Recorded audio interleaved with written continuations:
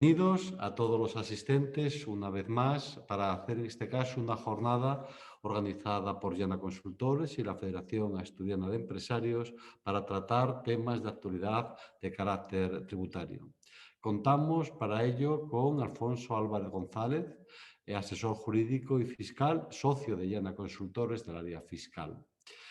Como es habitual, pueden trasladarnos las preguntas bien a través de correo electrónico cparedes@fade.es o bien a través de la propia aplicación, y al término de la jornada intentará Alfonso pues darles una contestación a las mismas, y en caso de ser bastantes o ser demasiado complejas, pues más tarde pues por correo electrónico si es posible y viable. Y sin más preámbulos, porque lo que interesa es la jornada, pues Alfonso, cuando quieras, puedes comenzar. Muchas gracias, como siempre, por vuestra disposición. Bueno, pues buenos días a todos y nada, como comentaba ahora en la presentación, la idea de esta jornada es exponer un poco todas las novedades fiscales que ha habido a lo largo del año 2020 y las que van a venir con la ley de presupuestos generales del Estado y con el proyecto de ley de lucha contra el fraude fiscal. Como sabéis, las novedades fiscales que ha habido en el 2020, la verdad que han venido muy marcadas por la pandemia. Ha habido relativamente pocas novedades fiscales y las que ha habido, bueno, pues han ido a golpe de Real Decreto Ley en función de según iba evolucionando lo que es la pandemia.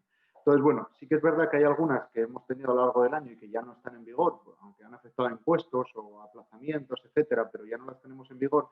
Y hay otras que sí que han sido aprobadas a lo largo de este año, que aún a fecha de hoy tienen algún tipo de efecto y que son las que vamos a comentar.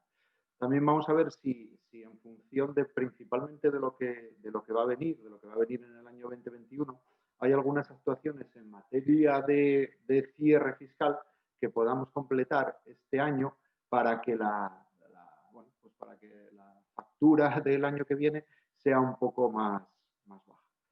Voy a poner la presentación y vamos a ir comentándola.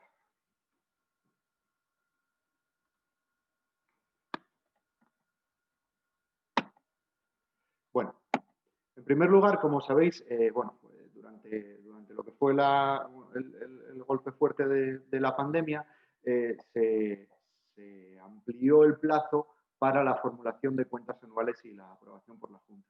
Eso tenía determinadas implicaciones en el ámbito del fiscal, en el ámbito del impuesto de sociedades, ya que, bueno, si ampliaban el plazo de formulación de cuentas, había que ver eso cómo afectaba al impuesto.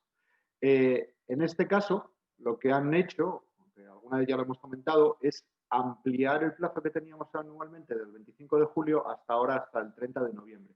Por lo cual, a día de hoy todavía tenemos esta norma en vigor y sí que es verdad que alguno de vosotros puede estar afectándola, porque en el caso de que las cuentas formuladas difieran o aprobadas definitivamente difieran de las que dieron pie a presentar la autoliquidación en julio, pues podemos presentar una nueva autoliquidación ahora antes del 30 de noviembre. En este caso, sí que es importante ver que tenemos dos opciones. Lo primero es si la cantidad a ingresar a raíz de ese cambio que se ha producido en las cuentas es superior o es una cantidad a ingresar superior o una cantidad a devolver, la autoliquidación devengará intereses de demora en el caso de que sea superior desde el día siguiente a la finalización del plazo voluntario. Pero no tendremos recargos, es decir, tendremos que pagar, en el caso de que no salga más a pagar, pues los intereses que van desde el 25 de julio hasta el día de noviembre en que se presente, pero no tendremos ningún tipo de recargo y será mediante autoliquidación complementaria. Ahora bien, si de ella resulta una cantidad a ingresar inferior o una cantidad a devolver superior a la derivada de la autoliquidación, ¿vale? No hace falta que la administración se pronuncie sobre la procedencia de la misma. Tampoco se devengarán intereses de demora, etcétera, en el caso de que se haga nosotros. Con lo cual, tenéis que saber que hasta el 30 de noviembre, en el caso de que las cuentas anuales hayan tenido algún tipo de cambio, debido a la pandemia se han presentado unas provisionales y ahora ya tenemos las definitivas, podemos hacer una una complementaria, una rectificativa del impuesto de sucesiones de sociedades, perdón, sin que nos recargue.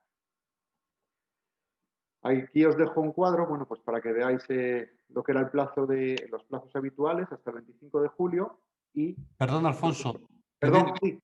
te interrumpo un segundín porque es que lo que es la presentación no está saliendo al público. Ah, vale, entonces, espera. Te lo comento porque hasta ahora, bueno, no, pero claro, si quieres presentar un cuadro, a ver cómo lo compartimos, ¿sabes? No, espera, a ver, entonces...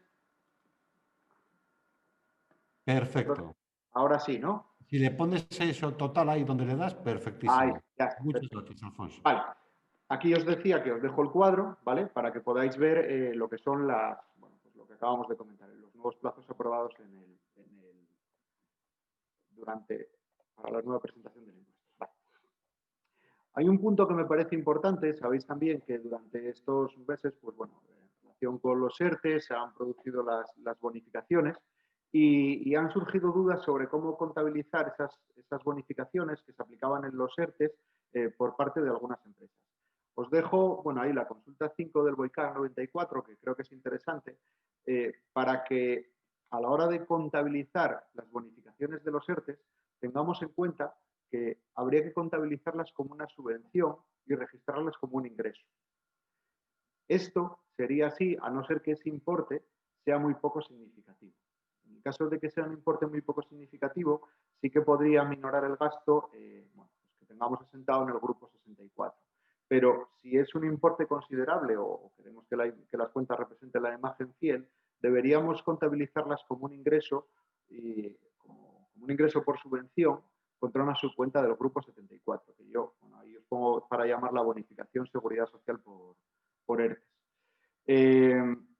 Así tendríamos, bueno, pues las cuentas no representarían la imagen fiel y además tendríamos, bueno, la conciliación del 190 con las cuentas de gasto en la PIG, pues bueno, iría un poco de la mano, con lo cual también salvaríamos algún tipo de problema que pudiéramos tener con la agencia tributaria.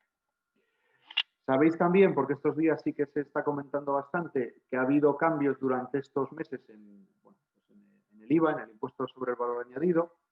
Hay una que ya viene de abril, del 23 de abril, que lo que suponía era que se bajaba al tipo del 4%, lo que son el IVA que se aplicaba a periódicos, revistas, incluso aquellos que son prestados por vía electrónica, o sea, los digitales. Esto se hizo en su momento, bueno, pues para diferenciar un poco lo que había entre lo que era el libro físico y el libro electrónico. En cuanto al IVA, también, pues estos días atrás hemos visto cómo se ha bajado el IVA de las mascarillas quirúrgicas, bueno, pues al tipo súper reducido del 4%. Es una aplicación, o conlleva una aplicación temporal, porque en principio lo que contempla la norma es que sea nada más hasta el 31 de diciembre del año 21. También, a lo largo de estos meses, se estableció un tipo cero para todo lo que es la compra de determinados productos sanitarios. Ese tipo cero, bueno, pues fue en principio saliendo por plazos. Primero se aprobó un plazo, luego se prorrogó y en principio iba a ser nada más, o sea, la segunda prórroga contemplada hasta el 31 de octubre. Estuvimos durante unos días, bueno, pensando que la prórroga se había finalizado y que a partir del 31 de octubre estos productos recuperaban el IVA que tenían anterior al COVID, pero la semana pasada ha vuelto a salir en el BOE un Real Decreto en el que se vuelve a prorrogar esta medida hasta el 30 de abril del 21, con lo cual tenemos ahora mismo que hasta el 30 de abril del año 21 el IVA de estos productos, guantes, gafas, gorros, termómetros, respiradores, es decir, cuando se compren por parte de hospitales, pues tendrán, o de clínicas, o los sujetos que recoge la norma, pues tendrán un tipo del 0%. También durante estos meses, bueno, pues tuvimos la casuística de lo que son los arrendamientos, pues, qué pasaba con el IVA de las moratorias que se producían en materia de arrendamiento por culpa de la pandemia. En principio hay alguna consulta de la Dirección General de Tributos y en el caso, a mí me parece interesante, está la consulta vinculante 2053/20, que dice que en el caso de que haya una condonación de la renta o un local de negocios, porque el arrendatario no pueda realizar su actividad económica debido a disposiciones establecidas durante la vigencia del estado de alarma, no tendrá obligación de, o sea, no estará sujeto al impuesto sobre el valor añadido. No se considerará un autoconsumo, en el sentido de que la condonación podría ser considerada un autoconsumo. Bueno, pues en esta consulta, lo que es la doctrina de Dirección General de Tributos ya dice que cuando los arrendamientos dejan de percibirse pues, por motivo del estado de alarma, en principio ahí habrá una no sujeción al IVA. También, a lo largo del año 2020, han surgido dos figuras nuevas, dos figuras impositivas nuevas, como son la tasa Tobin y la tasa Google. Creíamos que podrían entrar en vigor a finales del año 2020, pero bueno, sí que es verdad que a pesar de que la norma ya está montada, también recientemente se ha aprobado la entrada en vigor de las mismas y se plantea para inicios del año 2021 y con una primera liquidación durante el primer trimestre. De forma muy sistemática tenéis que saber que la tasa Tobin gravará un 0,2% las operaciones de adquisición en sociedades españolas cuyo valor de capitalización sea superior a 1.000 millones de euros. El 2%, lo que es para las operaciones bursátiles, y la tasa Google lo que hará será gravar algunas de las operaciones realizadas por las grandes multinacionales tecnológicas. Se establece un tipo fijo del 3% a los ingresos generados por los servicios de publicidad en línea, los servicios de intermediación en línea y la venta de datos. En principio, va a afectar a empresas con ingresos anuales mundiales de al menos 750 millones de euros. Y en España de tres tenemos Google, Facebook, Amazon, etc. Hay una serie de operaciones que estarían exentas del impuesto, ¿vale? Pues las ventas de bienes o servicios contratados en línea a través del sitio web del proveedor, entregas de bienes o prestaciones de servicios subyacentes que tengan lugar entre los usuarios con servicios de intermediación en línea, prestaciones de servicios de intermediación en línea cuando la finalidad sea llevar a cabo la puesta a disposición de una interfaz digital, sea suministrar los contenidos digitales o prestarles servicios de comunicación o servicios de pago, las prestaciones de servicios financieros, las prestaciones de servicios de transmisión de datos por entidades financieras reguladas y las prestaciones de servicios digitales cuando sean realizadas entre entidades que formen parte de un grupo con una participación indirecta del 100%. Estas operaciones en principio estarían exentas. Hay que dejar claro que la tasa Google no grava directamente al usuario. Es decir, a nosotros en principio, otra cosa es que luego se repercuta de alguna forma, no nos va a suponer ningún gasto a los consumidores finales, pero sí que es verdad que es un impuesto pensado para que graben directamente las grandes multinacionales. Como os decía, se preveía que entrara en vigor a finales del año 2020, pero finalmente se ha retrasado y entra en vigor el 16 de enero del 2021. Y en principio, la autoliquidación o la liquidación que se haga del impuesto, la primera liquidación, será en marzo del año 21. Estas han sido principalmente las novedades legislativas que ha habido a lo largo de lo que es el año 20. Como veis, la mayor parte, como os decía, han venido vinculadas a la pandemia y lo que es la tasa Tobin y la tasa Google, que ya venían de atrás, pues al final no entran en vigor en el año 20 y sí entran en el 21. Principalmente, todo lo que tenemos ahora mismo con fuerza o que viene con ganas desde el punto de vista de novedades fiscales, lo tenemos previsto para el año 2021. A través de la norma de presupuestos, que parece que por fin vamos a tener unos presupuestos nuevos y entonces sí que eso va a suponer cambios en la mayor parte de figuras impositivas. Y también con una ley, con un proyecto de ley que ahora mismo tenemos en marcha, que todavía no es ley, pero que va a suponer también algunos cambios en lo que es la vida del día a día de las empresas. En cuanto a las novedades fiscales del proyecto de presupuestos, bueno, pues lo que vamos a ir viendo es también de forma muy sistemática, porque bueno, tiene hay bastante cambio, pues bueno, cómo van afectando a las distintas figuras impositivas, a las principales figuras impositivas.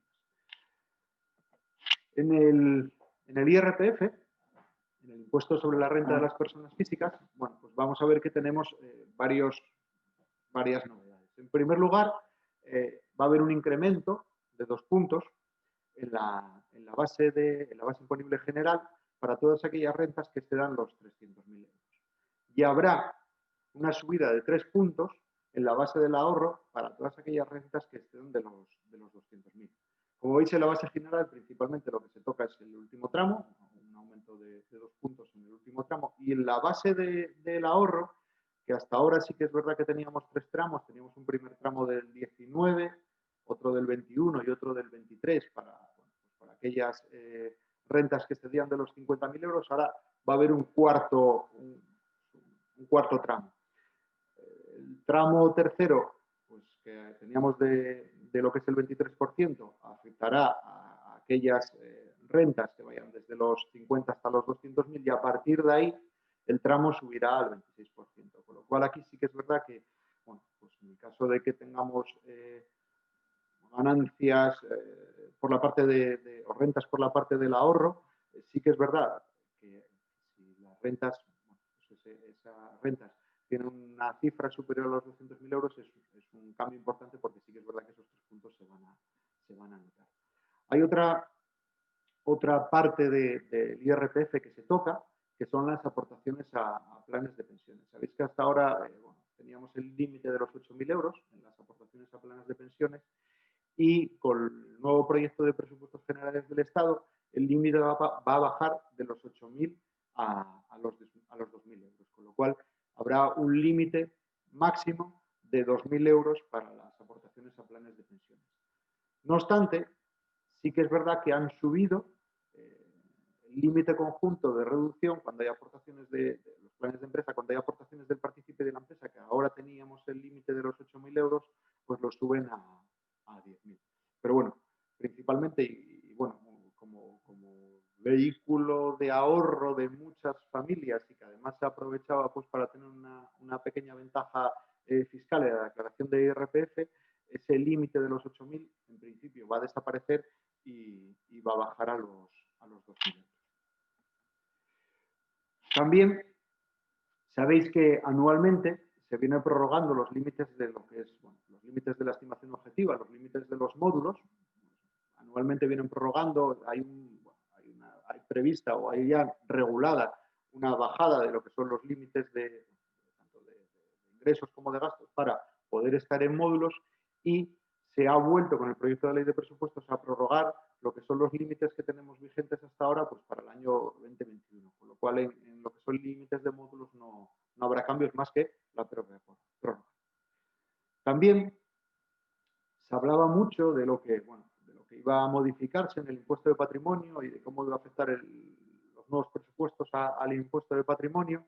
Y aquí sí que es verdad que se han regulado dos aspectos. Bueno, no ha sido tan gravoso como nos temíamos. En primer lugar, uno de ellos que sí que es importante, ¿vale?, que es que la norma de proyecto de presupuestos ya recoge que el impuesto de patrimonio tenga carácter indefinido. Es decir, hasta ahora se venía prorrogando año a año, no tenía un carácter, por decirlo de alguna manera, definido, cada año se aprobaba su aplicación, ahora ya se establece que sea un impuesto de carácter indefinido. Y por otro lado, hay un incremento en el último tramo del impuesto del 2,5 al 3,5 para patrimonios superiores a los 10 millones de euros. Sí que es verdad que, bueno, que hablábamos mucho sobre cómo podía afectar la nueva normativa, los nuevos presupuestos al impuesto de patrimonio. Bueno, a día de hoy, con efectos 2021, lo que se hace nada más es subir pues el punto al último tramo del impuesto. En cuanto al impuesto de sociedades, tampoco hay novedades muy significativas en cuanto a tipos, pero sí que hay alguna que puede ser interesante comentar. En primer lugar, sabéis que cuando se reparten dividendos de las filiales a la matriz, si cumplíamos una serie de requisitos, los del artículo 21 de la Ley del Impuesto de Sociedades, pues había una exención o se contemplaba una exención del 100% de los dividendos y plusvalías generados de las filiales a las sociedades superiores. En principio, esta exención del 100% va a tener una reducción de 5 puntos. A partir de ahora, lo que contemplan los presupuestos es que haya una limitación, ¿vale?, al 95% de esa exención en dividendos. Solamente estarán exentos el 95% de esas plusvalías. Ahora bien, sí que se establece un periodo transitorio, ¿vale?, de 3 años a entidades con una cifra de negocios inferior a los 40 millones de euros. Es decir, durante los próximos 3 años, para estas entidades que no llegan a esa cifra, seguirá estando exento el 100% del importe. También se produce ese mismo porcentaje de limitación en las plusvalías y dividendos generados por las filiales en el exterior y, bueno, como os decía, durante los próximos 3 años, aquellas que tengan un volumen inferior de 40 millones de euros podrán seguir aplicando esa exención, ¿vale?, cuando procedan de una filial residente o no constituida con posterioridad al 1 de enero del 2021. En el caso de los dividendos, ¿vale?, de la doble imposición internacional, en cuanto se trate de dividendos entre las participaciones en beneficios y las rentas derivadas de la transmisión de las participaciones en el capital, lo que se hace es suprimir el requisito de la participación que sea superior a 20 millones de euros. Es decir, solamente tiene que existir el porcentaje del 5%. También se suprime la adición al beneficio operativo de los ingresos financieros de participaciones en instrumentos de patrimonio que se correspondan con dividendos cuando el valor de dicha adquisición sea superior a los 20 millones de euros. Como veis, en el impuesto de sucesiones, que también se hablaba de que se podían tocar tipos o diferentes tramos de tipos, bueno, pues lo que tenemos ahora mismo en cuanto a novedades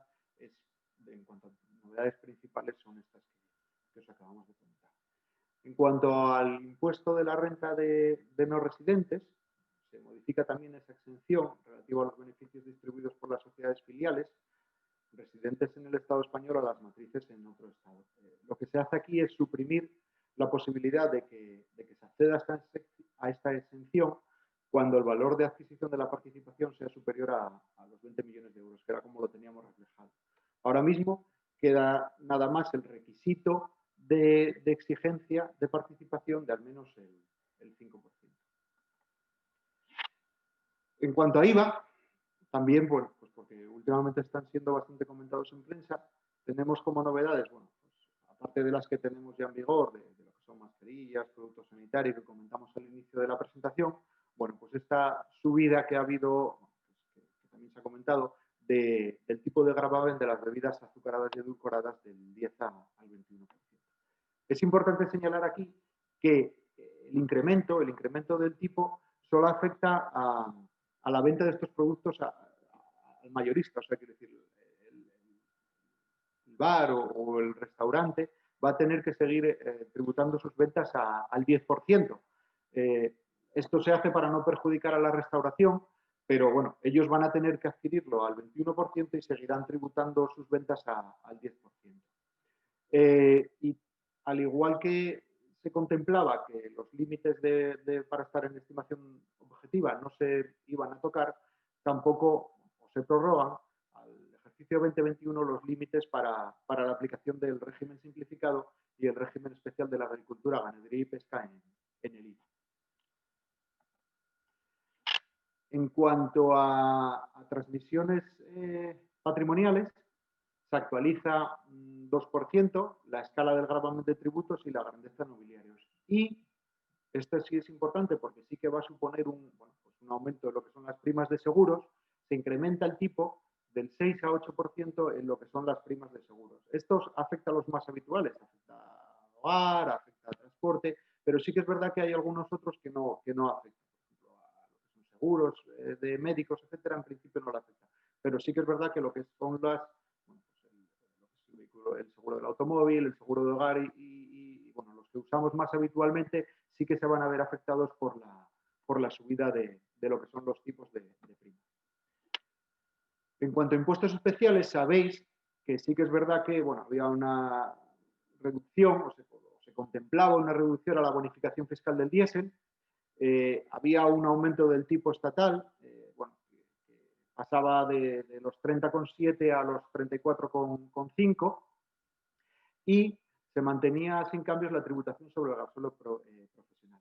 Pero sabéis también, porque se ha comentado en prensa, que si bien eso estaba contemplado, se ha parado. En la negociación de presupuestos con los distintos grupos parlamentarios, creo que ha sido, bueno, a raíz de presiones del PNV, que esto se ha parado. Con lo cual, esto sí que está ahora mismo, por decirlo de alguna manera, totalmente parado, lo tenemos frenado y no sabemos cómo va a ser cómo van a afectar los presupuestos a este tipo de impuestos especiales. En el impuesto a actividades económicas se crean nuevos grupos o tarifas del impuesto, en principio para, bueno, pues para clasificar de forma específica los servicios de comercialización de carácter general de electricidad y gas. Se crea un nuevo epígrafe para las grandes superficies comerciales y se crea un nuevo epígrafe para la nueva actividad de suministro de energía a vehículos eléctricos a través de puntos de carga instalados en cualquier lugar, gasolineras, garajes o cualquier otro emplazamiento. Con lo cual, en cuanto al IAE, lo que tenéis que saber es eso, que hay nuevos epígrafes para contemplar estas actividades que os acabo de comentar. También el proyecto de presupuestos, bueno, pues contempla actualizaciones en determinadas tasas de agua, etcétera. Sí que es verdad que hay nuevas actualizaciones, que bueno, son un montón y para no aburriros, pues no, simplemente que tengáis en cuenta eso, que sí que es verdad que las tasas se tocan en determinados ámbitos, no todas, pero bueno, sí que es verdad que se tocan algunas. Los catastros. Se va a ver, bueno, pues se introducen modificaciones en las normas en la valoración catastral de los bienes inmuebles rústicos. Hay una importante que vamos a ver más adelante en lo que es el proyecto de ley contra la lucha del fraude fiscal, pero bueno, en este caso en lo que son presupuestos contemplan la modificación en la valoración de lo que son los bienes inmuebles rústicos. Y el proyecto de ley pues también establece lo que es el interés legal del dinero para el año 2021, el proyecto de ley de presupuestos, que lo establece en el 3%. En cuanto al interés de demora, bueno, pues para el mismo periodo vamos a tener el 3,75% de interés de demora. Y también ese interés de demora, bueno, pues que se recoge en el artículo 38.2 de la Ley General de Subvenciones, será también el 3,75. En cuanto al IPREM, lo que son los presupuestos establece un IPREM diario de 18,83 euros, un IPREM mensual de 564,90 y un IPREM anual de 6.778 euros con 80. En aquellos supuestos en los que esa referencia al salario mínimo interprofesional ha sido sustituido por la referencia al IPREM, tenemos que tener en cuenta que esa cuantía anual será de los 7.908,60 euros. Cuando las correspondientes normas se refieren al salario mínimo interprofesional en cómputo anual, salvo que expresamente se excluyeran las pagas extraordinarias, en cuyo caso bajará a los 6.778 euros. También ha habido, o también la norma de presupuestos contempla cambios en cuanto a las actividades prioritarias de mecenazgo. Las actividades prioritarias de mecenazgo que están, y las deducciones, que aquí sí que hay deducciones que se pueden aplicar tanto en el IRPF como en el impuesto de sociedades y en el impuesto de la renta de no residentes, están reguladas en la Ley 49/2002, ¿vale? Que regula el régimen fiscal de estas entidades sin ánimo de lucro.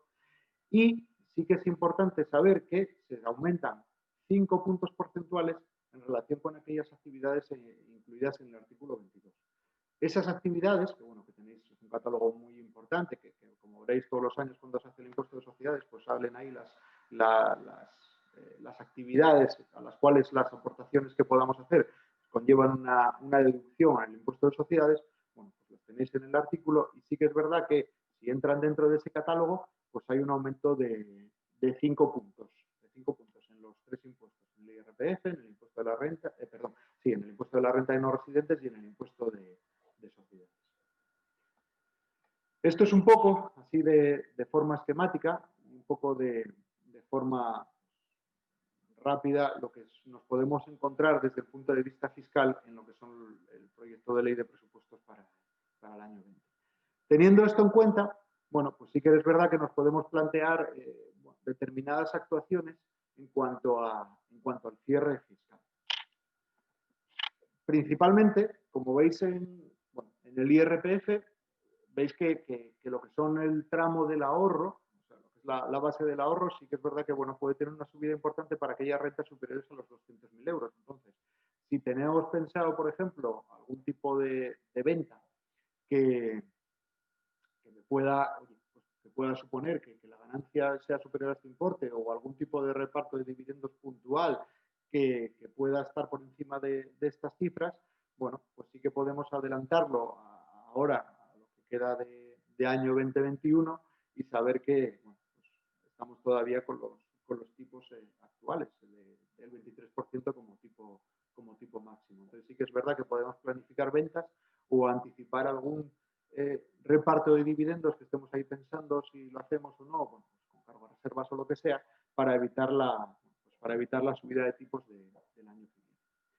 También, teniendo en cuenta lo que son, bueno, hay que tener en cuenta aquí que tenemos el periodo transitorio de los 3 años para aquellas entidades que tengan un volumen inferior a los 40 millones, pero sí que es verdad que podemos también anticipar lo que son los repartos de dividendos de las filiales a las matrices, porque pues en previsión de que va a haber este 5% que no vamos a tener exento en el futuro, incluso algunas empresas ya el año que viene, pues sí que podemos anticiparnos y repartir dividendos también este año. Y, ojo, también de cara al cierre, que bueno, esto sí que no viene por la ley de presupuestos, pero sí que quería comentároslo, sabéis que este es el primer año que tiene o que puede revertir la reserva de nivelación que hemos dotado en el 2015. Es decir, si en el 2015 hemos dotado la reserva de capitalización, de nivelación, perdón, y bueno, pues sabéis que lo que decía la norma nos daba un periodo de 5 años de transitorio para ver si cumplíamos o no lo que son los requisitos que nos aplicaba, y ahora en el 20 es el primer año en el que han transcurrido 5 años, el primer ejercicio, y sí que es verdad que en este impuesto de sociedades que vayamos a hacer ahora en el año 21, pero relativo al periodo del 20, al ejercicio del 20, podamos tener que revertir la reserva de nivelación que aplicamos en el 2015. Y en cuanto al impuesto de patrimonio, como veis que se ha establecido de carácter definitivo, hay una subida de tipos para lo que es el tramo más alto a partir de 10 millones de euros. Y aquí, bueno, pues nuestra recomendación, pero esta ya es como siempre, es la posibilidad de estudio de análisis de formas de lograr la exención, principalmente de las participaciones de las sociedades operativas a través de estructuras, el estudio y la posibilidad de asociación a través de estructuras holding. Bueno, luego ya otra cosa será cambios de residencia fiscal, etc. Bueno, en principio sí que es verdad que podemos tener algún tipo de vía de salida a través de una buena planificación y una buena estructura societaria. En cuanto al IVA, os comentaba también cuando veíamos las novedades en IVA que sí que se suben los tipos de las bebidas azucaradas y edulcoradas, que van a subir al 21. Os decía que principalmente la gente que se ve afectada, los negocios que se vean afectados por esta subida, ellos van a adquirir este producto al 21, pero van a seguir vendiéndolo al consumidor final al 10. Entonces, bueno, aquí sí que es verdad que puede ser o no sería una consecuencia ilógica que empezaran a salir de autoliquidaciones de IVA con resultado de volver. En este caso, bueno, puede ser interesante a estudiar o analizar la posibilidad de incluirnos en el RDM, en el registro de devolución mensual. Bueno, conlleva un poco más de carga administrativa, pero sí que es verdad que esas autoliquidaciones que nos puedan salir a devolver, pues tenemos la posibilidad de recuperarla mes a mes, recuperar esas cantidades mes a mes a través del RDM. En todo caso, será ver un poco cómo influye esto y si es verdad que a raíz de esta nueva operativa, de esta subida de tipos respecto a estas bebidas, pueden empezar a salir declaraciones de IVA a devolver. Otra de las partes que queríamos comentar en esta charla, y que sí que es verdad que pueden afectar al día a día de las empresas y pueden afectar a lo que son los ejercicios siguientes desde el punto de vista fiscal, es el proyecto de ley contra el fraude fiscal. Esta ley tiene o prevé pues unas novedades interesantes en materia fiscal. La primera de ellas es una que sí que es verdad que puede afectar a distintas figuras impositivas, que es una subida del valor fiscal de los inmuebles. Se va a establecer una referencia, un valor de referencia catastral, un valor de referencia de catastro, que se considerará como base imponible de los tributos patrimoniales, ellos dicen de forma objetiva. Sabéis que hasta ahora, lo que teníamos era, a la hora de valorar lo que son los inmuebles desde el punto de vista fiscal, pues para determinados impuestos lo que hacíamos era tomar el valor catastral y lo multiplicábamos por un coeficiente en función de dónde estuviera radicado el inmueble. En principio, ahora eso lo van a cambiar. Lo que quieren es calcular ese valor del inmueble a través de unas reglas técnicas justas y transparentes y fijadas por el catastro mediante un procedimiento, ellos dicen que garantista, un procedimiento administrativo que sea de general conocimiento. Este valor de referencia catastral es distinto al valor catastral. Es decir, pues en principio la norma no va a afectar a los impuestos que usan el valor catastral como inmueble, que usan el valor catastral como base imponible, pero sí afectará a aquellos que tengan que utilizar por lo que antes hacíamos como valor fiscal, haciendo ese valor catastral por coeficiente. También hay un proyecto de medida interesante en esta ley, que es bajar el límite de los pagos en efectivo. Esto es algo que se lleva haciendo, o que está en la mente de la administración desde hace mucho tiempo, que es limitar las operaciones que se pagan con dinero efectivo. Ahora tenemos el límite de los 2.500 euros y la idea es bajar esos 2.500 a 1.000 euros. Ya se lleva intentando tiempo, pero parece que esta va a salir. Lo único que sí que es verdad que se limita o se baja esa limitación a lo que son las operaciones entre empresarios. Parece que en principio los 2.500 euros se van a mantener para los pagos realizados por particulares. Y también se limita el pago en efectivo de los 15.000 a los 10.000 euros en el caso de particulares con domicilio fiscal fuera de España. Es decir, pues aquí lo que van a perseguir es restringir aquellas operaciones que como son en efectivo son más, les cuesta más rastrear y ellos entienden que el pago en efectivo conlleva mayor fraude y para ellos es más difícil de rastrear, con lo cual ahí viene la razón del límite. También sabéis que hace unos años hubo una amnistía fiscal, en la que se amnistiaba a determinados contribuyentes, y lo que establece este proyecto de ley es limitar, o sea, prohibir, más que limitar, prohibir las amnistías fiscales. Es decir, lo que se prevé con ellos es que no se vuelva a hacer lo que se hizo en los años anteriores y impedir que haya gente, como os decía en la presentación, que no contribuyan a lo que son los gastos del Estado y a través de ellos se suponga alguna quiebra. Unido a esto, sí que van a bajar del 1.000.000 de euros a 600.000 euros el importe para incluir a una persona en el listado de deudores de la Hacienda Pública. Y además, no solamente van a figurar los deudores principales, sino que también se van a figurar en el listado de deudores de la Hacienda Pública los responsables solidarios, de cara a entender que muchas veces son estos responsables solidarios los auténticos deudores. También, y un poco dentro de lo que es una norma que va a luchar contra el fraude fiscal, sí que es verdad que se va a incentivar la lucha contra lo que son los paraísos fiscales. A partir de ahora se prevé que se llamen jurisdicciones no cooperativas, porque es un término que se usa internacionalmente, y se amplía este concepto de paraíso fiscal atendiendo a criterios de equidad fiscal y de transparencia.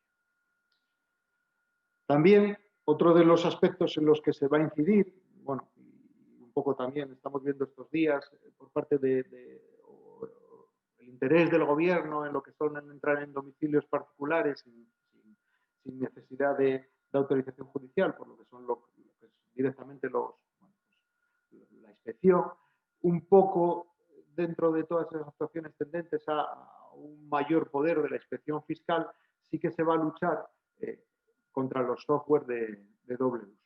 Es decir, bueno, pues lo que se va a intentar y se va a luchar son contra todos aquellos programas informáticos que nos permiten manipular la contabilidad. En ese sentido, el proyecto de ley dice, o lo que intenta es que los software y los programas se ajusten a los requisitos que garanticen la integridad, conservación, trazabilidad e inalterabilidad de los registros de las operaciones. Bueno, en el caso de las cajas registradoras, bueno, todos estos software que nos permiten una doble contabilidad, pues bueno, sí que es verdad que se van a meter con ellos. Otro de los ámbitos de control que prevé la norma, el proyecto de ley de lucha contra el fraude, es el control de las criptomonedas. Sabéis que bueno, era algo que hace años no había necesidad de legislar, pero sí que es verdad que cada vez hay más operaciones en criptomonedas. Sí que es verdad que además la administración, bueno, cada vez entra a vigilar y a comprobar más este tipo de operaciones y las ganancias patrimoniales que se puedan derivar de lo que son las operaciones con criptomoneda, y en ese sentido lo que hacen es la obligación de imponer la obligación de informar sobre la tenencia y la operativa con monedas virtuales, tanto situadas en España como en el extranjero, en el caso de contribuyentes españoles. Así pues, lo que nos van a exigir o lo van a exigir a los tenedores de criptomonedas es una información sobre saldos y sobre lo que tengan ellos custodiado. Además, tendrán que suministrar información tanto sobre las operaciones de adquisición, de transmisión, cobros, etc. Y, importante en este sentido, también la obligación de informar en el modelo 720, que son las declaraciones de bienes en el extranjero, sobre la tenencia de criptomoneda en otros países que no sea España, en el extranjero. También, bueno, sabéis, el Exit Tag ya lo teníamos, pero bueno, sí que es verdad que se fortalece la exigencia de que, bueno, cuando una empresa tenga pensado pues, trasladarse de España a otro país, pues tenga que tributar aquí cualquier plusvalía creada en el territorio, aun cuando esa plusvalía no se haya realizado en el momento del traslado. Es decir, lo que pretenden es que se tribute en el Estado español las plusvalías generadas cuando una sociedad se vaya a trasladar al extranjero, pero también las plusvalías generadas como si las plusvalías que se vayan a generar, de tal forma que nadie pueda trasladar su sede o trasladar la empresa sin tributar en España por todo aquello que tenía que haber tributado en el Estado. Y también en lo que son este proyecto de ley, lo que es el proyecto de ley de lucha contra el fraude, pues lo que conlleva determinados cambios en lo que es lo que es el tema de las sanciones tributarias en cuanto a reducciones, porque al fin y al cabo lo que pretenden, bueno, en este caso en el sentido de la inspección, o en las cuestiones de comprobación e inspección, más inspección, ya lo que se pretendía era principalmente cobrar, ¿vale? O sea, lo que quiero decir es que la administración, bueno, en vez de levantar igual actas muy grandes que no se podían cobrar, bueno, pues levantar igual algún tipo de actas más asequibles que fueran más desde el punto de vista efectivas porque el contribuyente podía hacer frente a ellas, bueno, pues aquí en este sentido también y en eso lo que pretenden regular son mayores beneficios a la hora de hacer frente a los pagos por sanción con mayores reducciones y bueno, favorecer lo que es el pago voluntario de de las sanciones. Esto es en cuanto a todas las novedades. Como veis, son muchas. Una charla de 45 o 50 minutos que es difícil ir mirándolas una por una, pero bueno, principalmente estas son las que vamos a tener de cara al año que viene.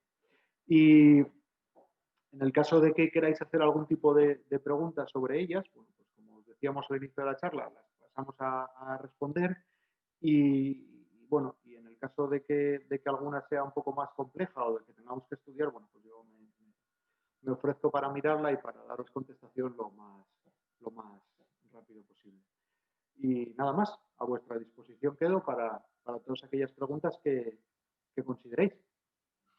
Hola, bueno, pues muchas gracias, Alfonso. Debiste tener mucha claridad porque pese al número tan grande de participantes que tenemos, la verdad que las preguntas no afloran con mucho número. Tenemos una de carácter general más política que fiscal que se refiere al tema de la posible modificación por parte del Estado imponiendo los límites en la Comunidad Autónoma de Madrid. Me refiero, entiendo que se refiere sobre todo al impuesto sobre patrimonio y sucesiones, restringiéndole la posibilidad de establecer exenciones y bonificaciones.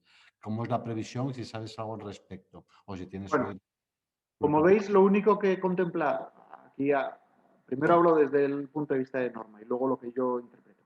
Desde el punto de vista normativo, lo único que tenemos es que se ha quitado el carácter provisional al impuesto de patrimonio. Eso es lo único que tenemos, no hay más regulación.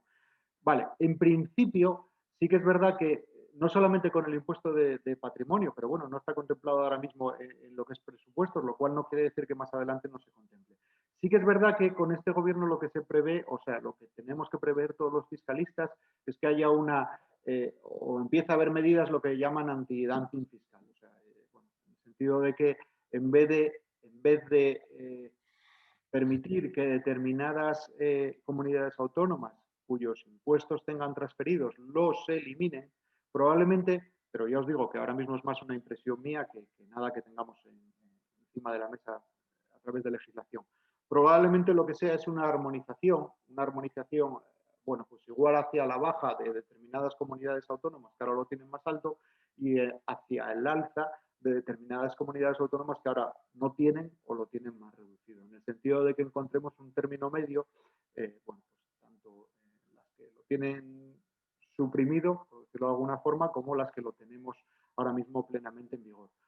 Yo creo que por ahí pueden ir los tiros, pero bueno, en principio ya os digo, a día de hoy y con el proyecto de norma de ley de presupuestos y para lo que es el 2021, pues en el impuesto de patrimonio y en el impuesto de sucesiones, Madrid sigue siendo una comunidad, bueno, pues con unos tipos fiscales más atractivos bueno, que Asturias, que es ahora mismo en la que estamos.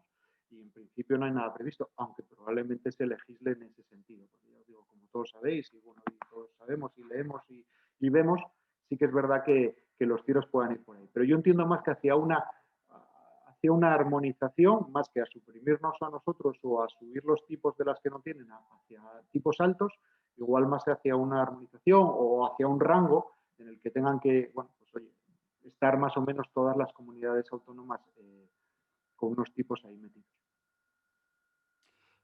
Pues muchas gracias, Alfonso. Tenemos un par de preguntas por correo, pero entiendo que son de una gran complejidad. Bueno, yo tenía dos, me habéis facilitado una, luego si te parece, bueno, leo una. Sí que es verdad que hay una que podemos comentar ahora, aunque hay una parte que sí que es verdad que era un poco más compleja y da pie da pie incluso para otro webinar entero, pero bueno, sí que es verdad que había dos que puede ser interesante comentar. Había una resolución o hay una resolución del TEA, sabéis que estamos siempre a vueltas con la deducibilidad de las retribuciones de los administradores, si es gasto deducible, si es gasto no deducible, si lo ponen en estatutos, si no. Bueno, pues sí que es verdad que hay una resolución del TEA muy reciente del Tribunal Central del 17 de julio del 2020, que bueno, uno de los participantes comentaba por correo, y sí que es verdad que ahí lo que hace el TEA es reafirmar la doctrina que teníamos que tenemos todos en la cabeza. En el caso de que las retribuciones de los administradores de las mercantiles, ¿vale?, cuando ejercen labores de dirección o gerencia, En el caso de que los estatutos mencionen que ese cargo de administrador es gratuito, bueno, pues el sueldo de esos administradores será no deducible. Porque, bueno, como sabéis, es que las labores, o lo que entiende tanto, no solo la administración, sino ya también la jurisprudencia, es que las labores de dirección subsumen, por decirlo de alguna manera, a las labores de administrador. Entonces, en el caso de que un administrador ejerza labores de dirección general o de gerente y los estatutos recojan que el cargo es gratuito, pues el sueldo del administrador, el TEAC, sigue interpretando que será no deducible. Y la otra que me comentaban es también otra resolución del TEAC muy reciente, creo que de junio, y bueno, en este caso es un poco, no aplica tanto porque es una resolución relativa al IRPF, pero bueno, sí que es verdad que es una resolución interesante respecto a la extinción del condominio cuando hay una separación en un matrimonio. La, la, la, resolución del TEA va relacionada, bueno, pues en el caso de un divorcio, de un matrimonio, además creo que me parece que es de la comunidad asturiana, en el sentido de que, bueno, la administración interpretaba que cuando alguien se separaba y había una extinción de condominio y se adjudicaba el 100% de la vivienda a uno de los cónyuges en exclusiva, a partir de que había o se producían, por decirlo de alguna manera, dos momentos de adquisición distintos. Uno cuando se adquiría la vivienda en origen y otro cuando el miembro que se quedaba con esa vivienda adquiría la parte que, bueno, que hasta entonces tenía el otro cónyuge. Lo que decía la administración es que si esa extinción de condominio y por lo tanto esa adquisición se producía con posterioridad al 31 de diciembre del 2012, cuando se modificó la norma en el sentido de la deducción por adquisición de vivienda habitual, pues ese cónyuge que adquiría la vivienda al 100% o que adquiría en ese momento la mitad que no tenía, solo podría practicar la deducción por adquisición de vivienda sobre la mitad que tenía adquirida con anterioridad. Bueno, pues el TEA, que en ese sentido viene a contradecir a la administración y establece que en los casos de extinción de condominio por disolución de la sociedad de gananciales, el cónyuge que adquiere la vivienda, si con anterioridad, como ya era propietario de la vivienda con anterioridad al 31 de diciembre del 2012 y además ambos cónyuges venían aplicándose la deducción por adquisición de vivienda en sus declaraciones de IRPF, a partir de la extinción de condominio, el cónyuge que se queda con la vivienda va a poder seguir aplicándose al 100% él solo la deducción por adquisición de vivienda habitual. Y sí que es verdad que este oyente sí que es verdad que planteaba las que son las novedades jurisprudenciales en materia de procedimientos tributarios, pero bueno, ahí sí que hay bastante enjundia y en ese sentido, bueno, pues, sí que es verdad que podríamos mirar algo, si tiene alguna concreta que quiera comentar vía mail un poco más personal o vernos de cualquier forma a través vuestro para completarlo, porque bueno, ya tiene bastante enjundia. Pues muchísimas gracias, Alfonso. En principio no hay nada más. Sepan los oyentes que los asistentes, vamos a publicar una vez hagamos el montaje de la grabación, por si quieren luego ver algún apartado más detenidamente en nuestra página web. Y si tienen alguna duda adicional y quieren mandarla por correo, nosotros la trasladamos a Alfonso para dentro de lo posible y pues pueda contestar a la misma. Daros muchas gracias a Llana Consultores y a ti, Alfonso, en particular por esta magnífica jornada. Y bueno, ya nos veremos que temas fiscales supongo que vendrán de nuevo el próximo año. Gracias, un saludo. Un saludo.